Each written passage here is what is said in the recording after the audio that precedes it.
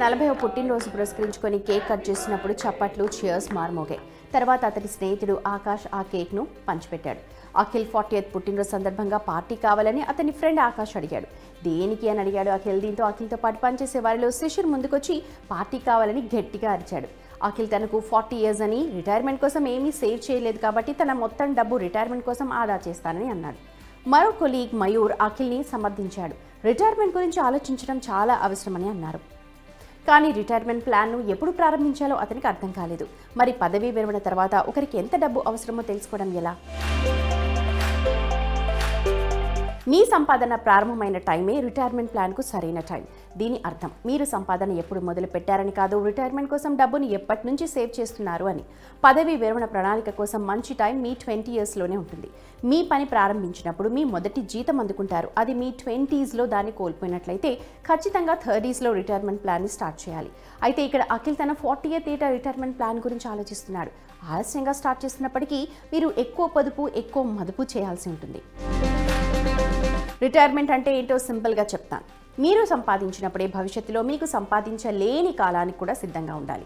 మీరు active work దూరంగా ఉన్నప్పుడు హాయిగా ఊపిరి పీల్చుకోండి. అలా స్వేచ్ఛగా, సంతోషంగా ఊపిరి పీల్చుకోవాలంటే ఆ కాలానికి కూడా సరిపోయే స్థాయిలో మీరు డబ్బు సంపాదించినప్పుడే అది సాధ్యమవుతుంది. పదవీ విరమణ ప్రణాళికను సిద్ధం చేస్తున్నప్పుడు కొన్ని విషయాలను పరిగణలోకి తీసుకోవాలి. ఏ వయసులో పదవీ విరమణ చేయాలనుకుంటున్నారు? ఉదాహరణకి 55 ఏళ్ల, 60 ఏళ్ల.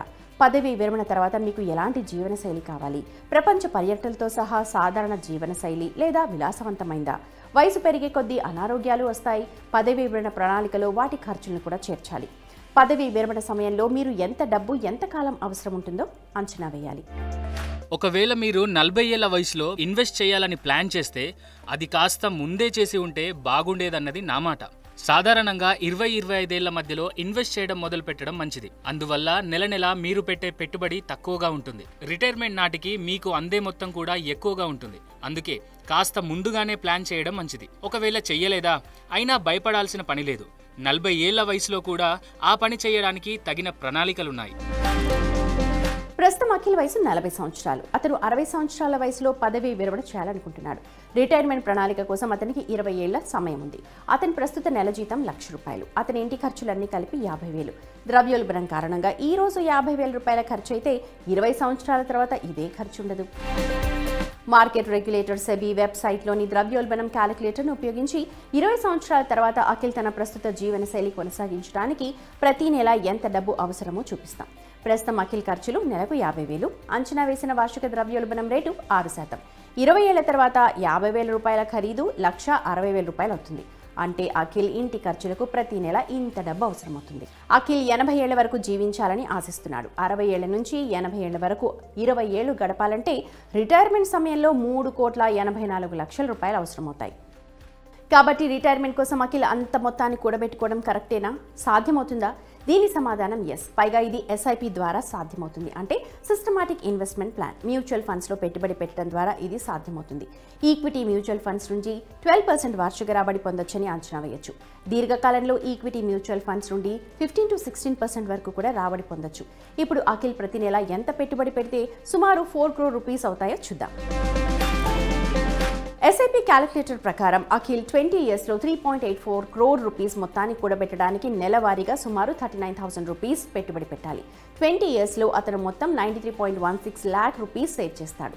ఇక్కడ అంచనా వేసిన వార్షిక రాబడి 12%. అఖిల్ దీన్ని 30 years వయసులో ప్రారంభించుంటే అదే మొత్తాన్ని కూడబెట్టడానికి అతనికి 30 years సమయం ఉండేది.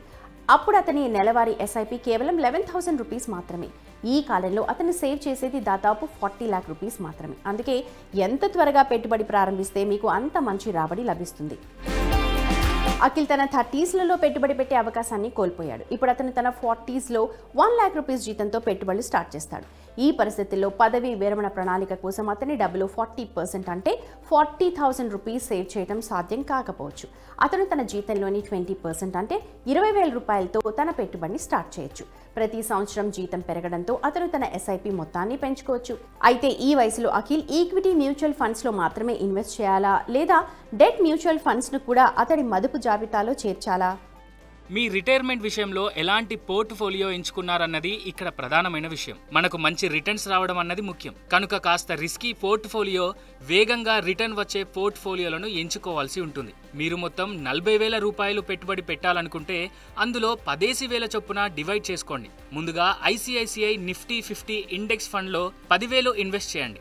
ఆ తర్వాత large plus mid cap category fund అంటే Tata large mid cap fund ఎంచుకోండి. ఇక మూడో దాని విషయానికి వస్తే మంచి మిడ్ క్యాప్ ఫండ్ ఎంచుకోవడం బెటర్. ఈ విషయంలో నేను సజెస్ట్ చేసేది T Nifty mid cap 150 quality index fund. ఇక చివరిది ప్రూ ICICI స్మాల్ క్యాప్ ఫండ్. 20 సంవత్సరాల తర్వాత పదవీ విరమణ కోసం 3.84 కోట్ల రూపాయలను సమకూర్చడానికి అఖిల్ మ్యూచువల్ ఫండ్స్ పథకాల్లో పెట్టుబడి పెట్టొచ్చు. ఇప్పుడు అతను ఎంత రిటర్న్ పొందగలడో చూద్దాం. SIP కాకుండా మీ దగ్గర ఏదైనా మిగులు డబ్బు ఉంటే, అంటే మెచ్యూరింగ్ FD వంటి అదనపు నిధులు లేదా బోనస్ లాంటివి వస్తే మీరు ఈక్విటీ మ్యూచువల్ ఫండ్స్లో ఒకేసారి పెట్టుబడి పెట్టొచ్చు. ఇది మీ పదవీ విరమణ ప్రణాళిక లక్ష్యాన్ని వేగంగా చేరుకోవడంలో సహాయపడుతుంది.